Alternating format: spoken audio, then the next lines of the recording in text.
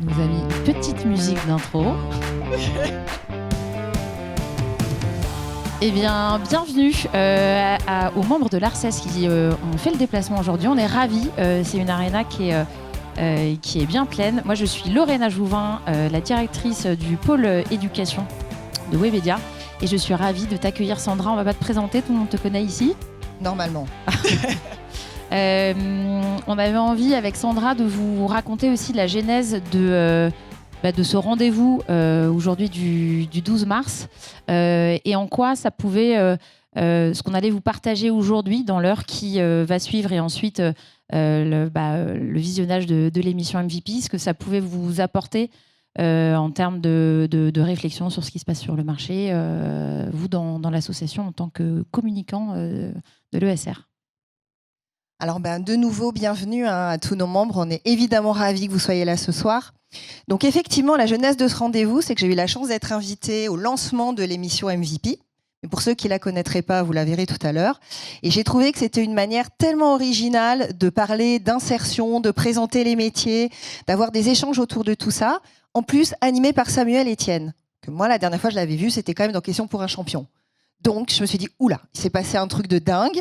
Lui, il a compris que les médias avaient totalement changé et qu'aujourd'hui, il y avait des nouveaux modes de communication et en plus qui s'adressent particulièrement à nos cibles qui sont nos étudiants et nos prospects. Et autour de cet événement, je me suis dit, pourquoi pas avec l'ARCES, avec chacun d'entre vous, parce que ces problématiques-là, ce sont les nôtres, qu'on essaye de regarder, d'avoir des clés. Samuel va venir avec nous pour nous partager son expérience et pourquoi lui, en fait, il est passé de la télé, on va dire un peu traditionnelle, au stream de masse. Voilà. Et puis, on va également avoir plusieurs interventions qui vont nous parler justement du type de consommation aujourd'hui, de cette Gen Z qui compte quand même beaucoup pour nous. Je vous demande d'accueillir Samuel Etienne. Bonsoir à tous, merci de cet accueil chaleureux. Je ne sais pas si on est dans un lieu un peu particulier à Webedia, parce que je ne sais pas si on vous l'a dit, mais ce grand studio, qui est l'Arena, c'est bien ça. C'est le lieu où notamment avaient lieu tous les Popcorn, qui est une émission mythique dans l'histoire de Twitch. C'est aussi ici que se tournait Zen, autre émission mythique de Twitch. Donc c'est un lieu qui certes est tourné vers les nouveaux écrans, mais qui a déjà une histoire, une très belle histoire, quoi. Moi, je pourrais vous parler de Twitch pendant des heures, littéralement, et des jours sans m'arrêter, parce que c'est un univers qui est fascinant.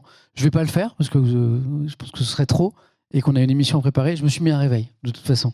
Parce que je suis très content de vous rencontrer, mais le direct, évidemment, c'est sacré. Je vais être très court sur Twitch. Pourquoi Twitch ? Pourquoi c'est un outil incroyable, singulier, et sans équivalent. C'est un média du direct, donc qui le différencie de YouTube notamment, et ça crée quelque chose de précieux. Le direct, c'est toujours plus fort.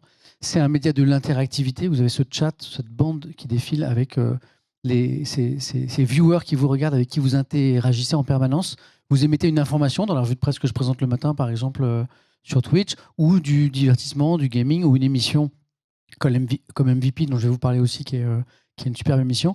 Et subitement, le téléspectateur, l'auditeur, le lecteur, à qui je me suis adressé pendant 30 ans de façon verticale, sans qu'il puisse réagir, sinon une lettre ou un mail de temps en temps, là, il est là, et il interagit, et il questionne, et il est d'accord, et il n'est pas d'accord, et il s'amuse, et il sourit avec toi, et vous créez une communauté. Ça, humainement, c'est incroyable. Et la qualité du message que vous portez, elle change radicalement. Parce que, pour prendre l'exemple de la revue de presse le matin, moi, je suis un amoureux de la presse écrite. C'est paradoxal, d'ailleurs, parce que je reste un amoureux des anciens médias. Pour moi, la meilleure façon de s'informer, c'est la presse écrite, notamment quotidienne. On a une presse quotidienne en France, nationale et régionale, qui a une qualité incroyable.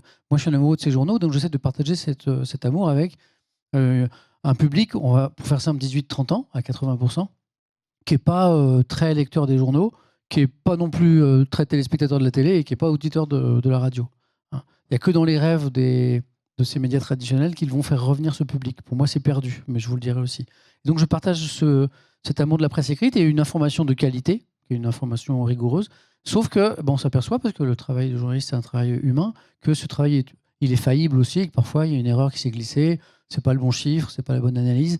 Et dans mon chat, le matin, en moyenne, j'ai à peu près 5000 personnes à un instant T, donc on va dire entre 50 000 et 80 000 personnes qui vont passer sur le rendez-vous, j'ai des gens qui connaissent très bien le sujet dont je parle. Le nucléaire, tel sujet international, telle question liée à l'écologie, qui sont ingénieurs, qui sont enseignants, qui sont étudiants, qui sont spécialistes de telle ou telle question et qui vont venir corriger, amender dans la discussion. Donc, j'appelle ça l'information 2.0. Donc ça, c'est un exercice incroyable. Donc Twitch, c'est incroyable parce que direct, parce que interactivité, ça c'est fou, et liberté du créateur de contenu.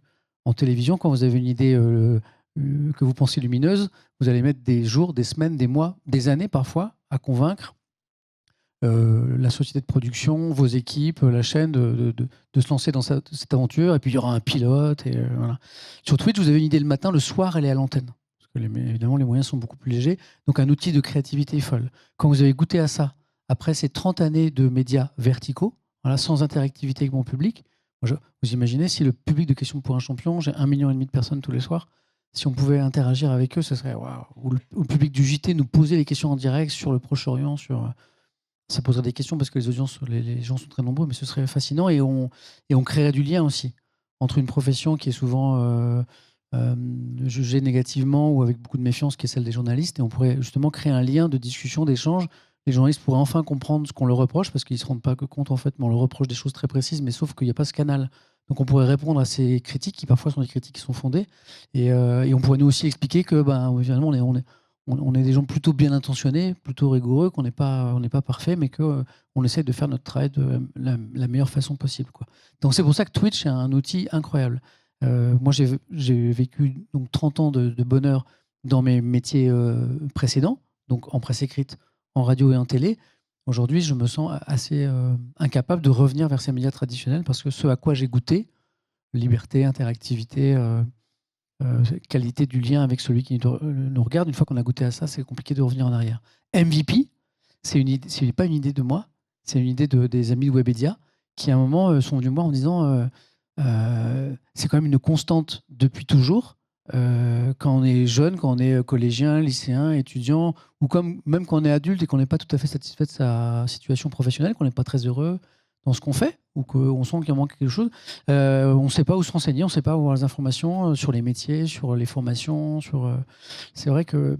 Enfin, si, on sait, mais c'est toujours les fiches ONICEP et c'est toujours les salons d'étudiants. Oui, et puis finalement, c'est compliqué de... Voilà. Et puis, il n'y a jamais eu vraiment de médias qui répondaient à ces questions. Et je me suis dit, oui, c'est vrai, finalement, ça n'a pas beaucoup changé par rapport à mon époque. Et moi, je me rappelle avoir souffert jeune d'avoir ce déficit d'information. C'est le réveil qui sonne pour l'émission, mais s'en fiche. Ça va aller. Et je me rappelle avoir souffert de ça. Moi, j'ai découvert, par exemple, que Hippocagne-Cagne, j'ai découvert l'existence de ça alors que j'avais déjà commencé mes études supérieures. Dans mon lycée breton, alors que j'étais un passionné de français et de philosophie, personne ne m'avait jamais parlé d'Hippocagne-Cagne. J'ai commencé mes études supérieures et au bout de quelques mois, je parlais avec des jeunes qui me disaient c'est incroyable quand même. Et je crois que ça n'a pas beaucoup changé. Et là, on s'est dit, tiens, il y a une émission à créer. MVP, Ma Vie Pro.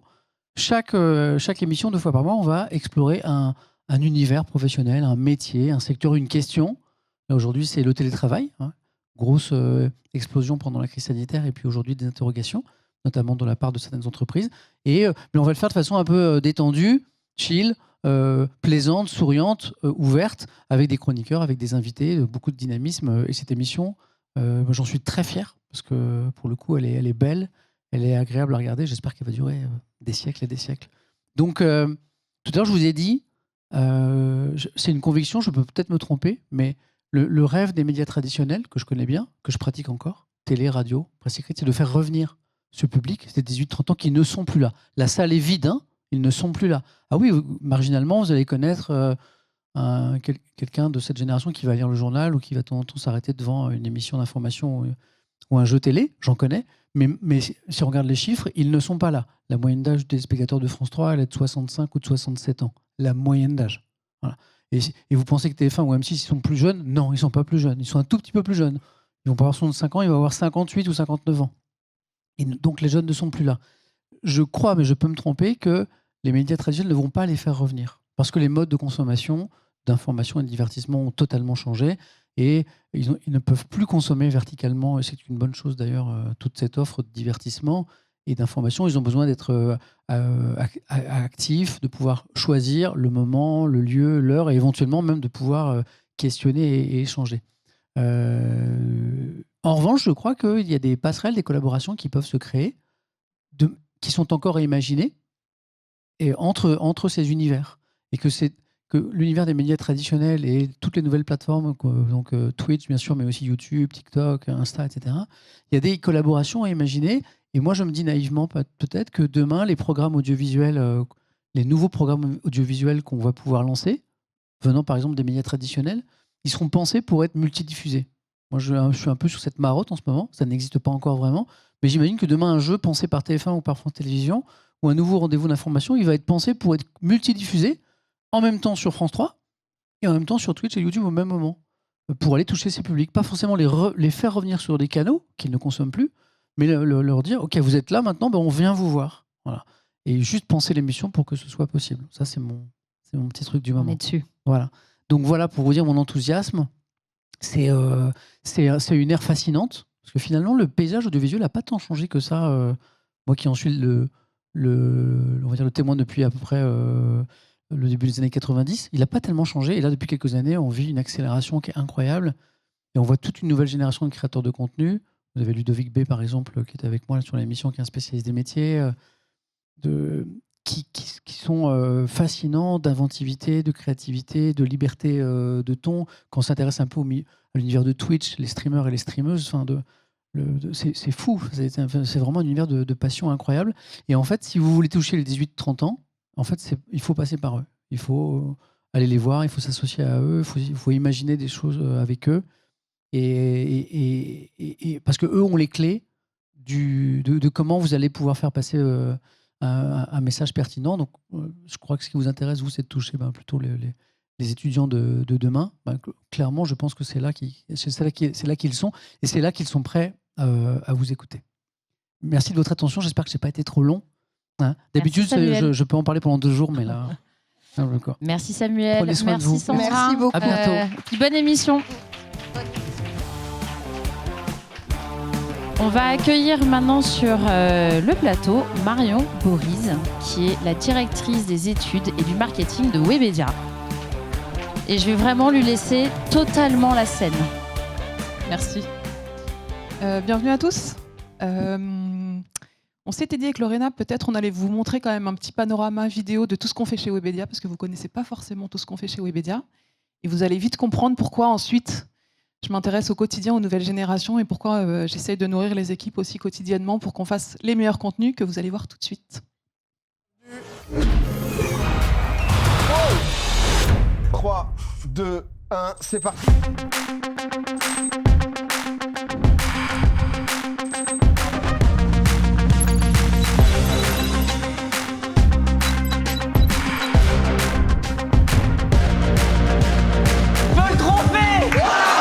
Du monde. Il y a offensive. C'est les gars. Le shoot à 3 points.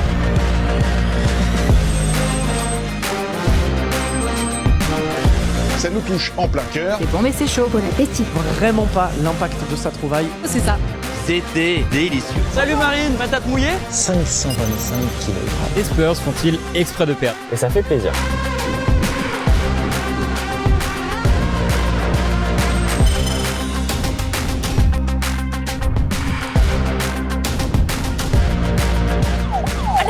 Oh mais vous êtes des malades les meufs. C'est héros, on va monter ça là. Un beau travail. Merci beaucoup. On relâche.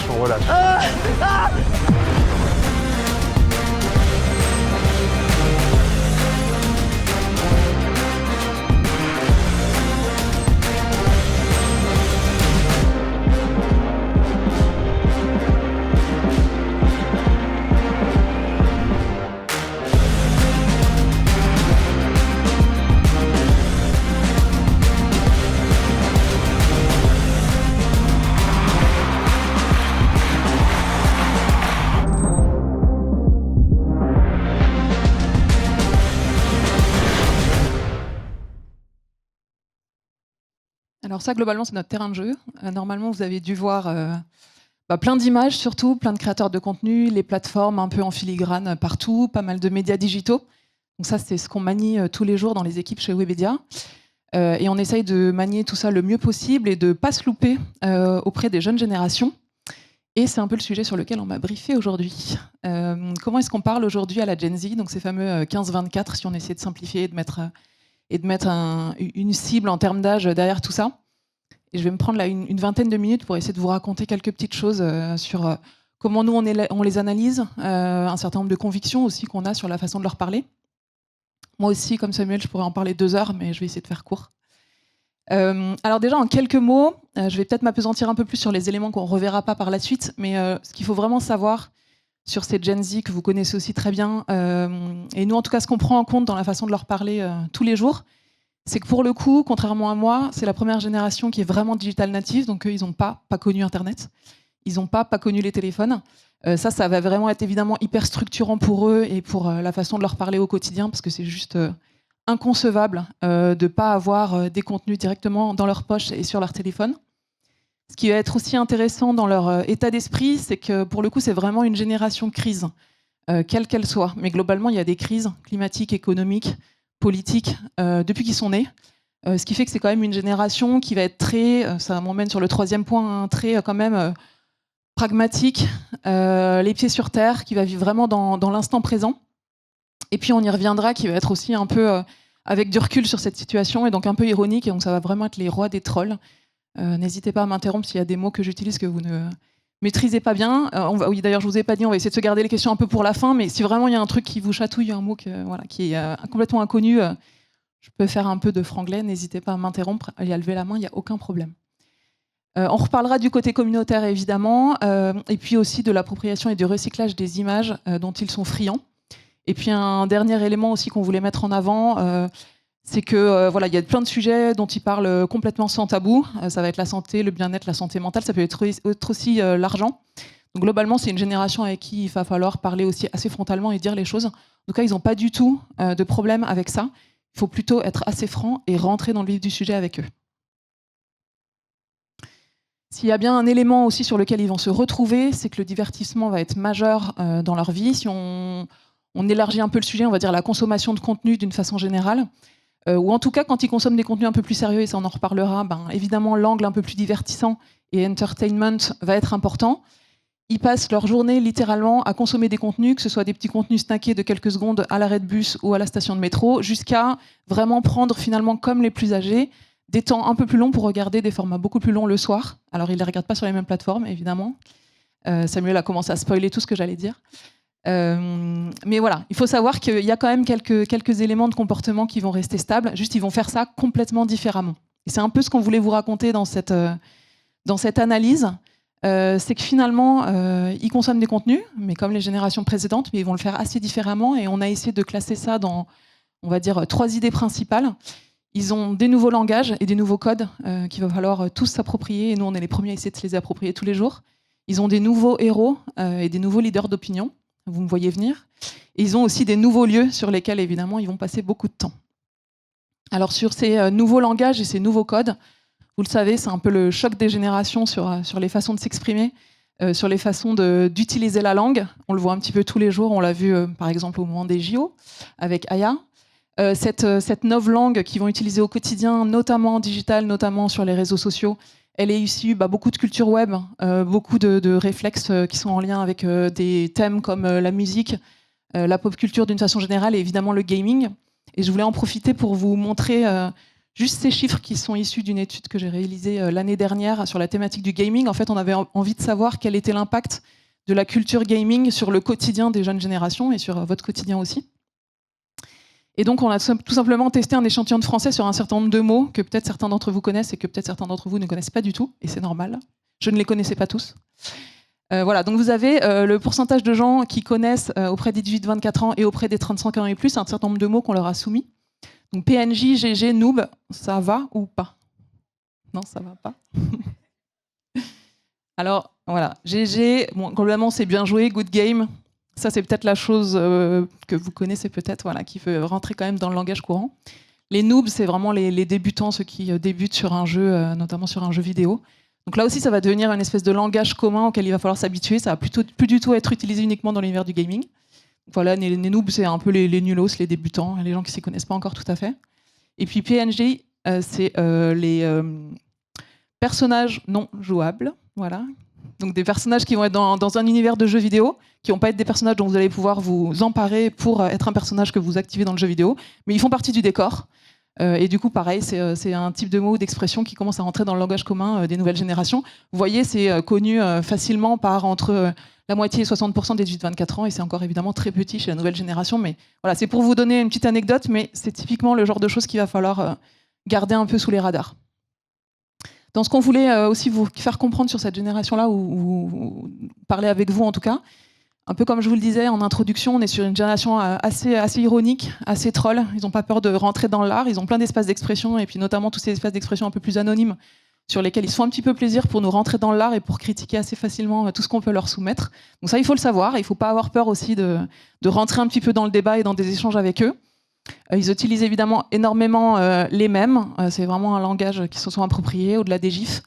Ils ont cette tonalité qui leur est assez propre et qu'on avait aussi envie d'aborder de cette façon-là, c'est-à-dire c'est un peu une sorte de langage, ils font un malin plaisir finalement à utiliser un certain nombre de mots, d'expressions, vous l'avez vu, qui vont être surtout choisis pour nous exclure, nous, personnes plus âgées.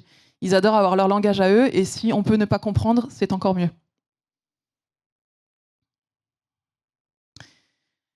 C'est vraiment la génération ref, et d'ailleurs les refs, c'est pas forcément des refs de 2020, hein. Ils vont aussi faire un grand usage, un grand recyclage de refs qui peut être des films des années 80, des films des années 90. Au contraire, ils sont plutôt très friands de tout ça, et ils connaissent très bien leurs références. Je sais pas si vous êtes allé dans une boîte de nuit il y a pas très longtemps, et ils connaissent par cœur les chansons des années 90. Ça fait très peur. Mais c'est la réalité, en fait. Ils ont une vraie culture générale et une vraie culture ref. Ils s'emparent de tout ça. Ce qui est intéressant, c'est que comme c'est effectivement des générations qui échangent énormément et qui font vivre ces contenus, ils donnent une caisse de résonance assez naturellement aux phénomènes dont ils s'emparent. Donc vous pouvez avoir effectivement des épiphénomènes qui naissent, auxquels on ne s'attendait pas, et ils vont tout seuls nourrir ce phénomène et encore amplifier cette utilisation des contenus et créer toujours plus de contenus finalement par eux-mêmes sur Internet et sur les différents médias digitaux. On avait retrouvé cette étude notamment qui leur demandait quels sont les moments ou en tout cas les éléments de culture pop qui selon eux sont le plus intéressants pour votre génération. Et vous voyez que tout ce qui va être vidéo virale et même va ressortir avant, par exemple, la sortie d'un nouvel album d'un chanteur qu'ils adorent ou la sortie d'un nouveau jeu vidéo dont ils attendent une nouvelle édition. Je vous le disais aussi un peu tout à l'heure, c'est une génération qui n'a pas peur de parler. Et là, c'est vraiment le rôle que les réseaux sociaux ont complètement apporté à cette nouvelle génération, c'est cette horizontalité, cette faculté à prendre la parole et à discuter avec ses pairs sur un endroit qui n'existait pas avant. Avant, c'était tout simplement le cercle familial. Là, finalement, le cercle familial il est devenu assez énorme. Donc là, c'est un chiffre qui est issu d'une étude qu'on a fait notamment sur les thématiques de la santé, là, qui date d'il y a quelques mois. Et notamment sur cette thématique de la santé, mais on peut élargir beaucoup plus largement à tous les sujets qui les concernent. Les réseaux sociaux vont être vraiment ultra plébiscités. Comme cet endroit où on peut parler de façon très très libre et aussi comme un endroit sur lequel on peut échanger et parler sur des sujets qu'on n'oserait pas aborder justement avec son entourage, avec des professionnels. Donc ça va être vraiment un endroit où va y avoir une discussion hyper libre et hyper intéressante et aussi en tant que personne d'étude, un endroit où on va récupérer énormément d'insights sur finalement ce qui se passe dans la tête des jeunes générations notamment, mais pas que, puisque les plus âgés s'emparent aussi des réseaux sociaux pour cet aspect de discussion hyper libre. Et puis dans cette partie nouveau code et nouveau langage, un autre élément et le dernier que je voulais mettre en avant ce soir, c'est que c'est vraiment une génération totalement audiovisuelle. Ils n'ont pas lu beaucoup d'écrits, ou en tout cas d'articles écrits en digitaux dans leur jeunesse. Ils ont tout de suite été très vite en contact avec l'image, qu'elle soit courte, qu'elle soit longue. Du coup, ils ont une vraie exigence, évidemment, sur la qualité des productions. Alors, ils aiment quand même les trucs faits à la maison, il n'y a aucun problème, et c'est notamment ce qui se passe sur Twitch. Ils continuent à avoir des énormes audiences sur des choses finalement très simples en termes de qualité de prod. Néanmoins, c'est vraiment par l'image et par le contenu audiovisuel qu'on va leur faire passer un certain nombre de messages. C'est pour ça qu'on a essayé de résumer ça. Hein. C'est une véritable culture média, c'est un très fort rapport à l'image, une exigence artistique d'une certaine façon. Donc là aussi, ils peuvent vous troller si ce n'est pas tout à fait au niveau attendu. Et puis, ce qui va aussi nous intéresser, c'est une vraie éducation au message publicitaire. Ils ne sont pas du tout dupes de tout ce qu'on peut leur raconter, qu'on soit une marque, qu'on soit une institution. C'est vraiment la même chose. Et je voulais aussi rajouter, parce que c'est quand même intéressant, que globalement, ils ont été aussi éduqués au constat que finalement, s'il y a des contenus audiovisuels sur Internet, c'est aussi parce qu'il y a des institutions, des annonceurs qui sont prêts effectivement à financer ces contenus, et c'est grâce à eux qui sont capables d'être en contact avec tous ces contenus qui sont finalement gratuits. Ça, c'est hyper intéressant parce que c'est pas du tout une génération qui va lutter contre la publicité, plutôt contre la publicité traditionnelle. Par contre, ils sont tout à fait en mesure de comprendre qu'un partenaire qui va financer mon contenu, c'est bien pour ça que mon contenu il existe. Donc il y a vraiment plutôt un bon accueil, on le voit tous les jours, que ce soit sur YouTube, que ce soit sur Twitch dont on reparlera, vis-à-vis des vidéos qui vont être potentiellement sponsorisées par des partenaires. Alors sur ces sujets de nouveaux héros et leaders d'opinion, vous me voyez venir évidemment, on va se parler de créateurs de contenu. Donc évidemment, on est sur la génération créateurs de contenu. Ils sont 91% à suivre des influenceurs sur les réseaux sociaux. Donc évidemment, c'est des usages qui se développent chez les générations plus âgées, mais on reste quand même sur un facteur au moins 1,5 ou 2 par rapport aux autres générations qui commencent à s'y mettre. Et forcément, eux, c'est finalement leur nouvelle star. À tel point que ça, on fait l'exercice quand même assez régulièrement et ça reste toujours vrai. Quand vous allez comparer, par exemple, la communauté Instagram de ceux que nous, on considère comme étant les plus grandes stars, donc les plus grands chanteurs, les plus grands acteurs, les plus grands sportifs, en fait, on se rend compte tout simplement qu'en termes de taille de communauté, les plus grands talents, créateurs de contenu, influenceurs, ils vont plutôt avoir des communautés qui vont être encore bien supérieures. Peut-être que c'est un peu hors de nos radars, mais il faut savoir que pour le coup, ces jeunes générations, et puis globalement les moins de 35 d'une façon générale, ils vont plus s'abonner à des créateurs de contenu qu'à des stars un petit peu plus traditionnelles, si je peux mettre ça entre guillemets. Ce qui fait qu'on a un vrai esprit communautaire qui se met en place et nous, on sent vraiment qu'il y a un rôle de la communauté qui est en train d'évoluer. C'est ça aussi dont je voulais vous parler. Ce Web 2, donc c'est vraiment ce web qui a donné un contact en horizontal entre des pairs, fait que ce phénomène des communautés, il a vraiment explosé. Alors avec ses côtés positifs et ses côtés négatifs. Mais effectivement, on se rend compte que ces communautés, elles développent finalement de plus en plus un engagement très très fort, des rituels. Alors là, évidemment, je vous ai mis l'exemple des Taylor Swift avec les Swifties qui se retrouvent à ses concerts avec des objets, avec du merchandising évidemment. Mais il y a plein d'autres phénomènes comme ça. Le visuel que vous avez à droite, c'est une équipe d'e-sport qui s'appelle la Carmine. Je ne sais pas si vous connaissez tous, mais c'est une des plus grosses équipes d'e-sport, en tout cas les plus connues en ce moment. Elle est vraiment en train de révolutionner l'univers de l'e-sport actuellement. Ils commencent à avoir leurs ultras, ils ont leurs couleurs, ils ont leurs chants de supporters, ils ont leur merchandising qui se compte par milliers d'euros. Donc vraiment, ce rôle des fans et des communautés autour des personnalités les plus connues, notamment des créateurs de contenu, est en train de se mettre en place et d'exploser.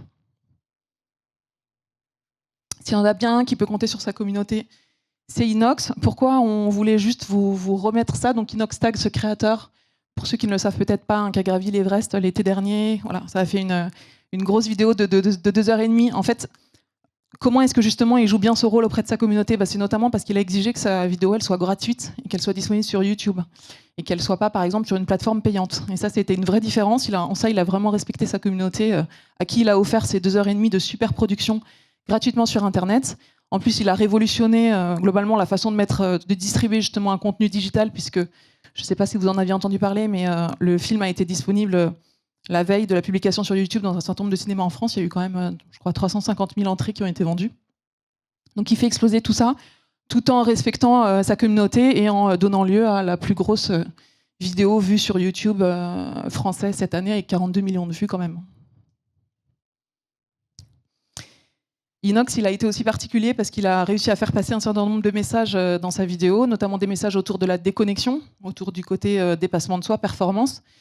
Et ça, évidemment, c'est des choses que nous, on suit tous les jours, c'est-à-dire qu'on n'est plus du tout que sur des talents et des créateurs de contenu très humour, lifestyle, blague. On est de plus en plus sur des créateurs de contenu qui s'engagent à titre personnel, qui du coup emportent aussi leur communauté vers ces sujets un petit peu plus sérieux. Et qui du coup nous emmènent de plus en plus, et ça c'est évidemment les sujets qu'on suit quotidiennement en ce moment, et notamment du côté de Lorena, vers une influence de plus en plus pédagogique, une influence de plus en plus sérieuse.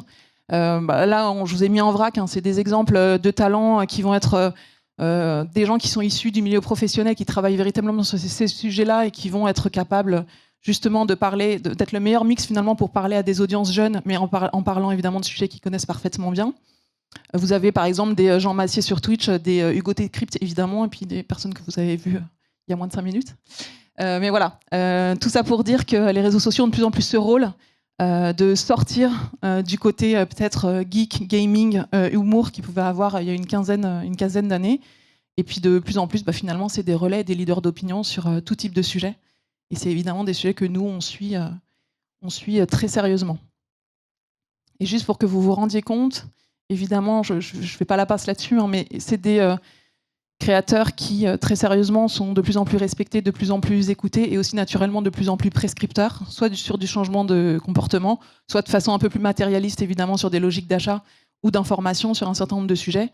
Mais ça, voilà, il faut savoir que globalement, les audiences les écoutent et potentiellement agissent juste après avoir vu un contenu d'un de ces nouveaux héros. Et enfin, ces nouveaux lieux, donc ça, c'est évidemment des sujets dont on a commencé à parler tout à l'heure avec Samuel et Lorena et Sandra. Mais juste pour remettre quelques chiffres derrière, déjà que vous regardiez bien en tête l'importance, je vous le disais en introduction, mais du smartphone qui est dans la poche de ces Gen Z. Sachez que les Gen Z, ils sont 71%, c'est Médiamétrie qui nous le dit, à se connecter sur une journée moyenne à Internet uniquement depuis leur smartphone. Donc c'est pas que l'ordinateur est en train de disparaître, mais voilà, la tablette c'est fini globalement. L'ordinateur commence à être vraiment titillé dans cette jeune génération. C'est vraiment le smartphone qui est la porte d'entrée principale pour les Gen Z aujourd'hui. Et en termes de plateformes sur lesquelles ils se rendent, deux choses. Là, je vais vous parler des réseaux sociaux, on parlera des plateformes vidéo juste après. Sur ces réseaux sociaux, donc là, vous avez plusieurs chiffres. C'est la couverture quotidienne, donc le nombre de personnes qui quotidiennement vont sur chacun de ces réseaux. La couverture mensuelle, parce que parfois ça change un petit peu entre les rankings. Et puis le temps passé quotidien. Ce qui est évidemment super intéressant, c'est la place de Snapchat de façon très quotidienne dans toujours la poche et sur le smartphone des jeunes générations. C'est 90% des 15-24 ans qui viennent sur Snapchat chaque jour. Il y a vraiment Snapchat qui a vraiment un rôle de messagerie que vont peut-être avoir un petit peu moins Insta ou TikTok. Quand on regarde en couverture mensuelle, c'est très très partagé entre Insta, Snapchat, Facebook, avec TikTok qui est encore un petit peu derrière, mais évidemment qui grappille quelques points chaque mois. Et là où TikTok s'en sort très largement, c'est sur le temps passé. Pour le coup, sur ceux qui vont sur TikTok, c'est là qu'ils passent le plus de temps.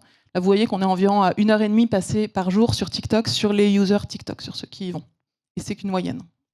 Donc TikTok est vraiment en train d'emporter le temps d'attention disponible des jeunes générations. Et évidemment, c'est un réseau auquel il faut absolument s'intéresser. Et oui, sachez que sur un total Internet des 15-24 ans, les réseaux sociaux, c'est 60% de leur temps digital. Tout site internet, tout usage internet inclus, donc y compris Netflix, sncf.com, etc. Vraiment, les réseaux sociaux, c'est 60%. Et puis les réseaux sociaux, ils ont de plus en plus de nouveaux usages auprès de ces jeunes générations. C'est peut-être pas des choses que vous avez entendues, mais sur les thématiques de moteurs de recherche, il y a Google qui est en train de baisser, notamment auprès des jeunes générations, parce que les réseaux sociaux commencent à être utilisés comme moteur de recherche, et notamment TikTok.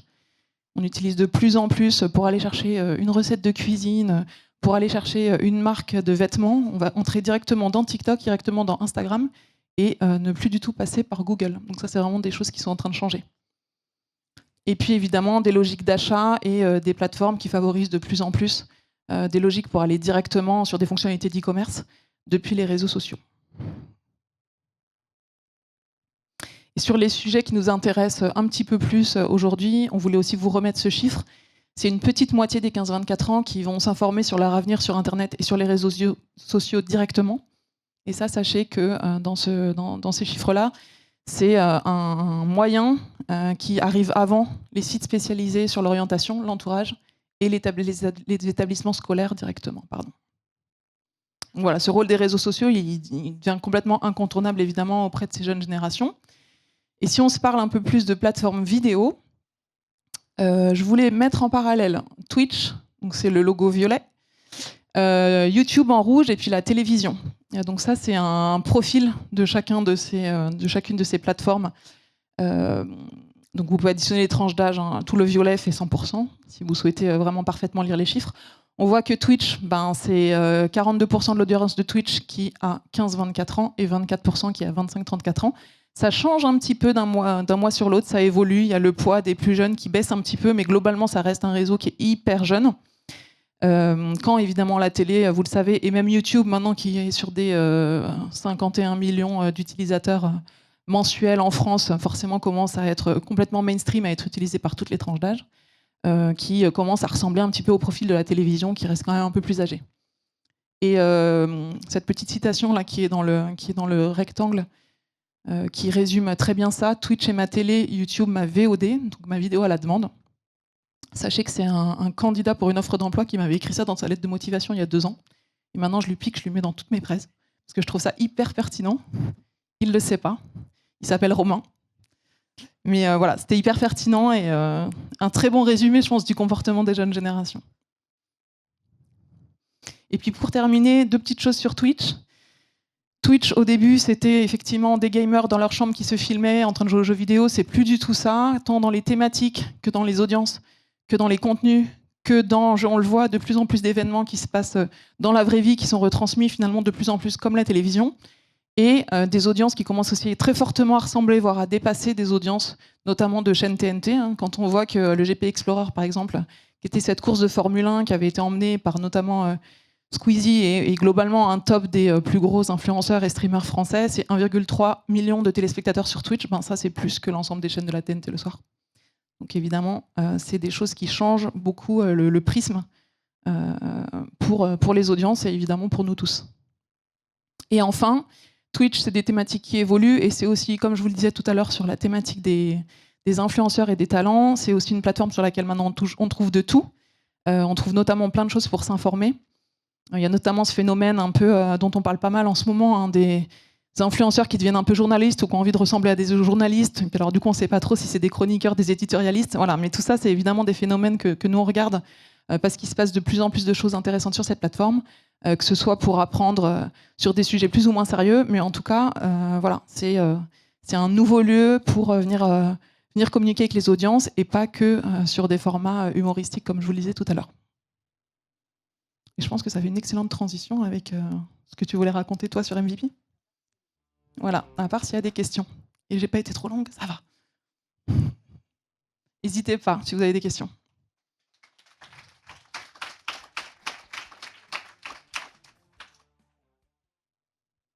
La première question est toujours la plus difficile. Mais sinon, on aura l'occasion. C'est à peu près clair ? Ok.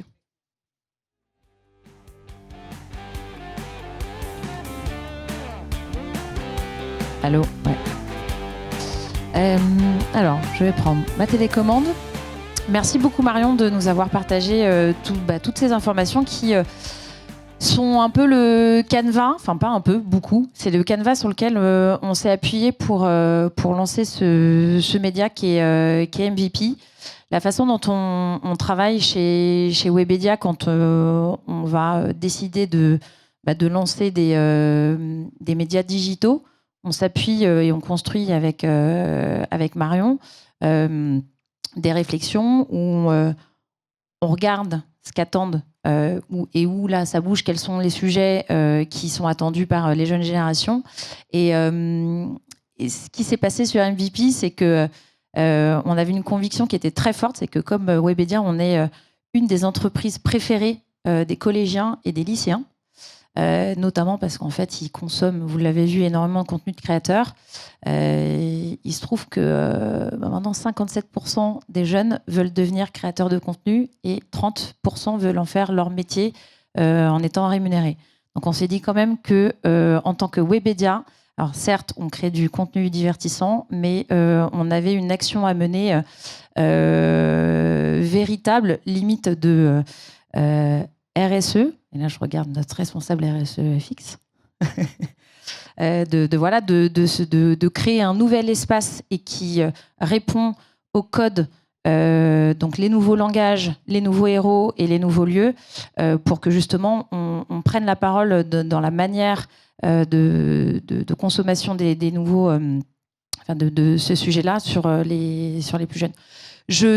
On va commencer par une vidéo qui montre en 1 minute ce qu'est MVP, et après vous aurez l'occasion à l'issue de cette présentation de repartir en régie. Pour ceux qui sont déjà venus, vous aurez l'émission qui aura commencé à 18h et l'émission sera diffusée ici et dans l'espace du bar.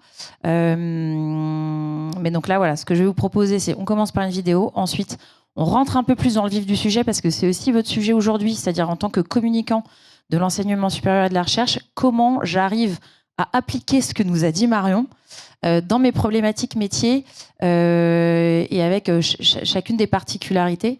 Donc on a fait l'exercice quand on a travaillé avec Sandra aussi de vous présenter des cases où on puisse aussi se projeter sur votre thématique, parce que on ne parle pas de filière professionnelle, mais là on va bien se parler de formation et de comment on va parler à des futurs étudiants qui peuvent être dans vos établissements. Donc voilà, une manière de se projeter.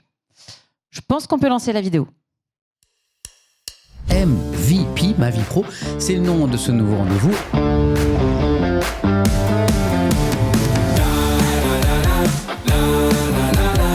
Je me définirais comme un stagiaire de 3e éternel. Je suis animateur d'événements sportifs. Je ne reviens jamais sur ma parole. Tel est mon Nindo. Le métier de Sullivan, c'est agent pour mannequins animaux. Je suis coach en joie de vivre, un rigologue.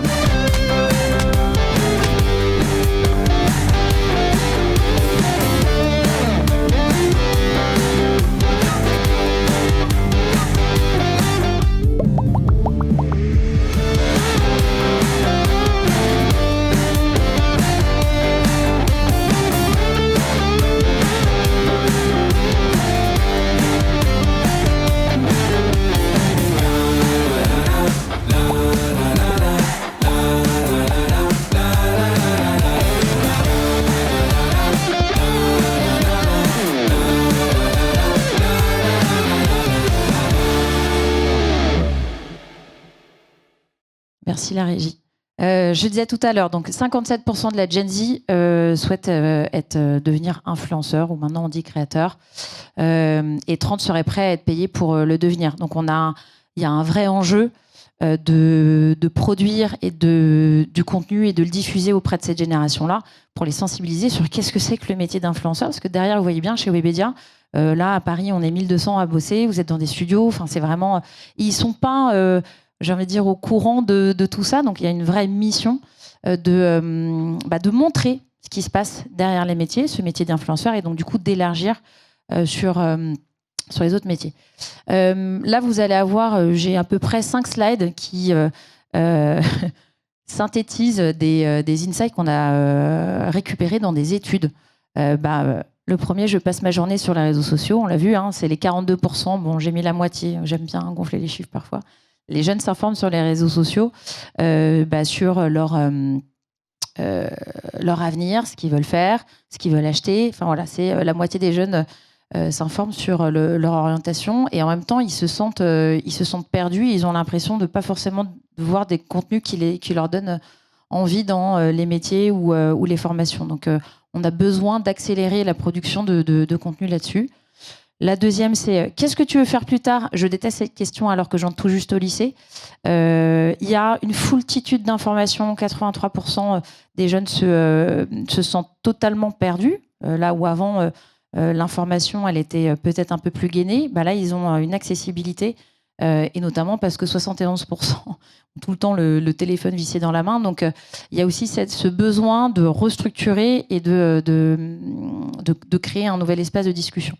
C'est impossible de trouver un boulot dans ce que j'aime, c'est bouché. En fait, on n'en sait rien. Il y a un manque de visibilité sur les opportunités. Et donc, du coup, qu'est-ce qui va me mener?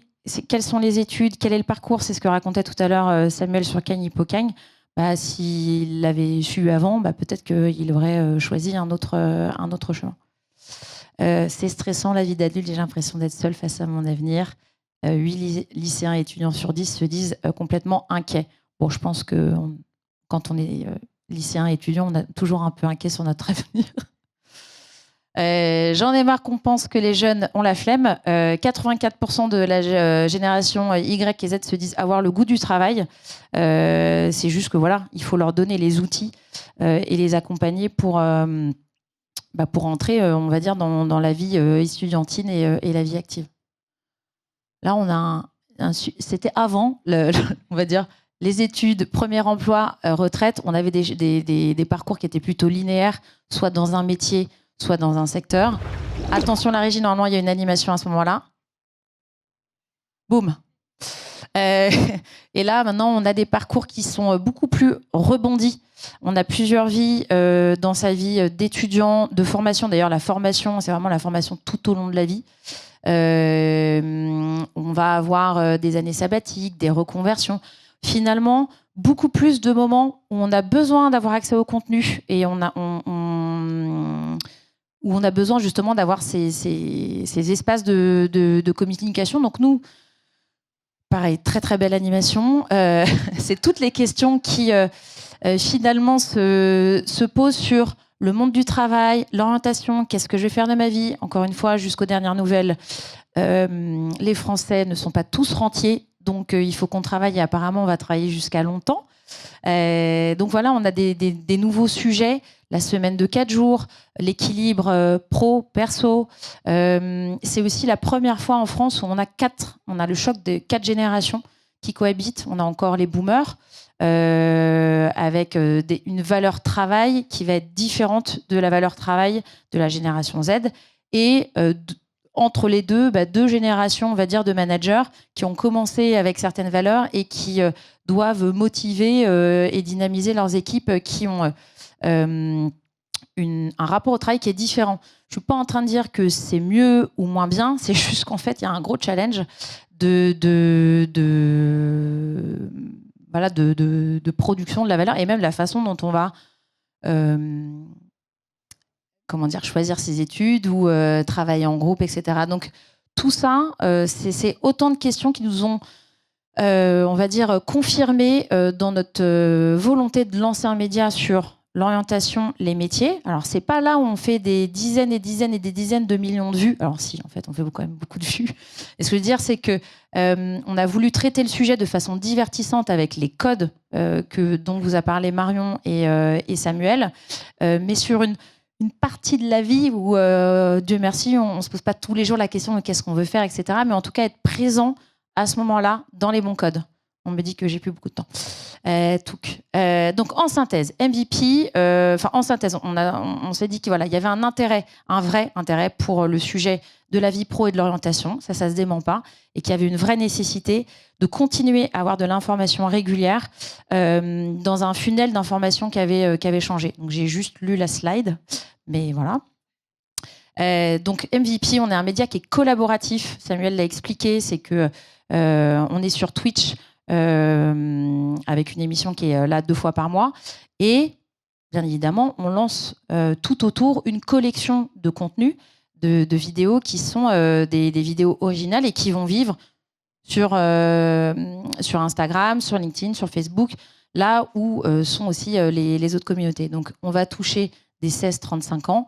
Et la réalité, c'est vraiment de parler, de brosser un portrait qui est réaliste et optimiste du monde professionnel. Donc vraiment travailler le côté, je vais travailler 40-45 ans, comment je peux trouver ma voie et être épanouie dans le monde du travail. On va rentrer un peu plus dans les chiffres.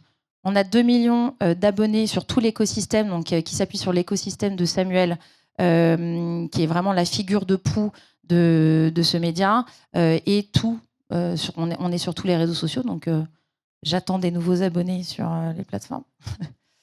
Et tous les jours, on a des formats courts quotidiens qui sont sur les réseaux sociaux d'MVP. Et 2 fois par mois, donc là, vous avez une des émissions aujourd'hui, en studio, c'est 2 heures, 2 heures et demie d'émission qui est diffusée sur la chaîne de Samuel Etienne et en live sur le YouTube MVP. Et tout ça, c'est dans la stratégie de diffusion des contenus. On va en faire des extraits qu'on va ensuite continuer à diffuser sur les réseaux sociaux. Donc ça, c'est vraiment la stratégie.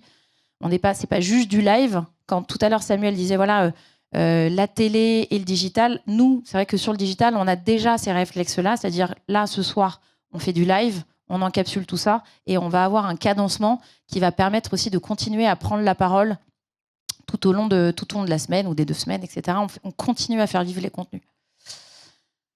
MVP, ça fait 6 mois qu'on existe. On a 30 millions de vues cumulées sur toutes les plateformes, 2,5 millions de minutes de contenu, de temps passé par émission.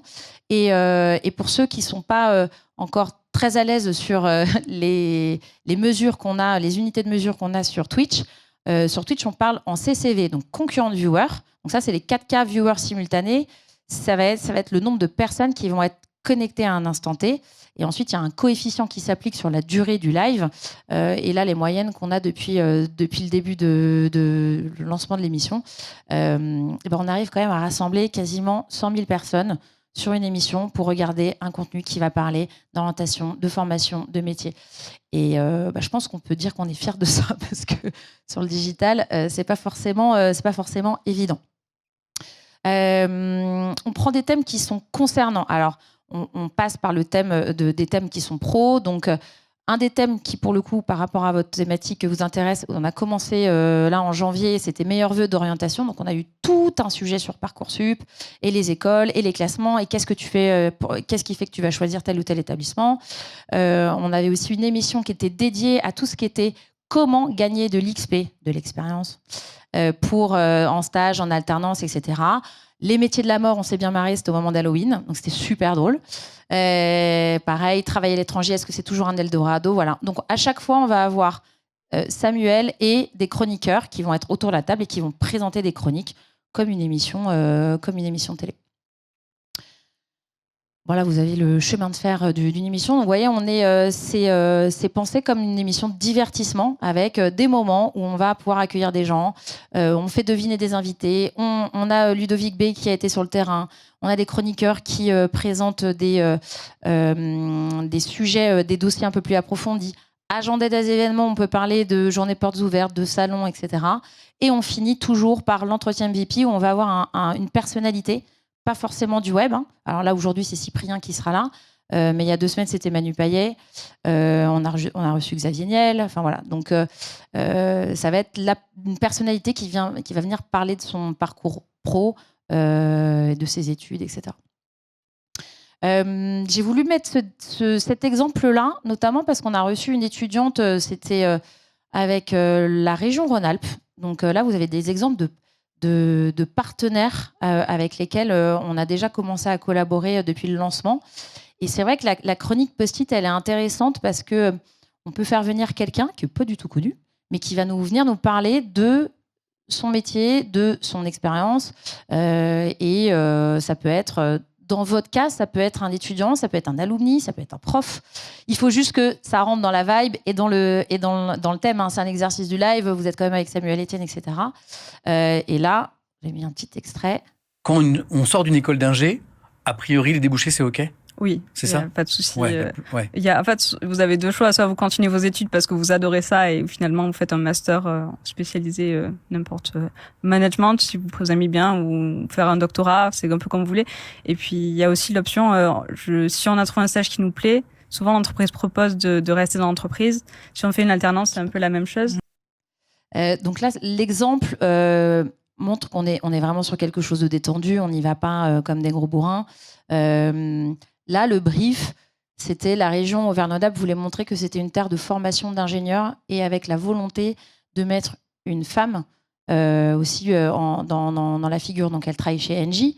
Et donc, voilà, c'est 10 minutes d'échange sur un plateau sur Twitch où ensuite on va encapsuler. Donc là, l'extrait que je vous ai montré, on l'a encapsulé sur Instagram. Donc voilà, on peut parler des programmes des écoles, de la vie estudiantine, etc. Là, il s'avère que c'était pour parler de la région. Pareil, on a mis des super plans de Polytech, bord du lac d'Annecy et tout. Donc, bah non, mais tant qu'on peut montrer des belles images, voilà, on est des communicants. Donc, hier, on avait un tournage qui était à Lyon, sur le nouveau campus de l'EM Lyon. On a fait la même chose avec la région Normandie. On a France Travail, Veolia, des Opco Atlas. En tout cas, je vous ai mis des institutions ou des partenaires sur lesquels vous pouviez facilement vous projeter. Et on a aussi, je pense, quelque chose qui peut être intéressant sur la partie agenda, journée portes ouvertes. On a l'agenda des événements. On parle notamment de formation et d'orientation. Là, on est en train de rentrer dans cette période de l'année où il y a les salons, c'est les étudiants qui vont commencer à popper. Donc vous avez un salon de l'étudiant formation et recrutement en alternance. C'est important l'alternance. On a fait une émission consacrée à l'alternance il n'y a pas très longtemps. C'est le 1er mars, Nancy, Nantes, Nice, Rouen, dédié à l'orientation et à la formation pour les lycéens et les étudiants. Vous avez des représentants de nombreux établissements de l'enseignement supérieur. C'est l'occasion d'échanger avec de nombreux pros. Vous avez des journées portes ouvertes à l'ESCOM Chimie, une journée même, c'est le 1er mars. École supérieure de chimie organique et minérale, c'est à Compiègne, exactement. Visite guidée des locaux, présentation des formations, échange avec des étudiants et le corps enseignant. Vous avez le 1er mars toujours le forum 2005 pour l'emploi et la formation, c'est en Bretagne. 2025, t'as dit 2005. Oh merde, c'est un peu vieux comme forum. Oh le schnock, le vieux schnock. Le forum, il a un téléphone à clapper. C'est fou. C'est incroyable ça. Voilà. Vous enverrez vos fax pour vos candidatures. Voilà, je voulais mettre l'extrait jusqu'au bout pour vous montrer que c'était bon enfant, que Samuel il joue aussi le côté j'ai pas votre âge et voilà. Et comme ce que tu disais Marion sur les références un peu années 90 etc. ça fonctionne bien. Ici on parle. Voilà, ça c'est fini. On a d'autres formats, POV, t'étudies et donc du coup dans le lieu. On fait beaucoup de reportages sur le terrain. Donc là, pour le coup, c'était le testeur du ballon de la Ligue 1. Donc ça ne vous concerne pas, mais voilà, le terrain où on peut aller rencontrer des gens. Et on a un format aussi avec Samuel sur les actus et les tips. Ça, c'est vraiment des choses qui sont assez faciles à produire et qui répondent vraiment au code et on va dire au format que consomme cette génération. Donc, je vous ai mis en avant-première des extraits des coulisses du tournage d'hier. Le Lyon, mais donc c'est pas du tout quelque chose de finalisé, hein, c'est ce qu'ont pris les équipes pour illustrer ce soir. Et voilà, je vous remercie. J'ai toute une équipe. Si vous avez des questions, parce que là en fait, Nicolas s'inquiète, le live commence. Donc j'ai toute l'équipe Webedia qui est là pour répondre à vos questions. Ils sont là, levez la main. Voilà. Mathieu, Tom, Inès et Sybille et Mathilde. Ouais, on est venu en force. Donc vous inquiétez pas, on est là. On va aussi vous proposer d'aller voir le studio. Alors, on peut pas rentrer, c'est pas un studio en public. En revanche, on voulait vous proposer d'aller en régie, de voir aussi comment ça se passait, de produire ces émissions-là. Et puis après, il y a du champagne. Voilà. Et donc là, l'émission commence dans 1 minute 4. Tu m'as menti. L'émission commence, elle va être diffusée ici et elle va être diffusée dans l'Arena. Vous pouvez circuler sans problème. Merci beaucoup.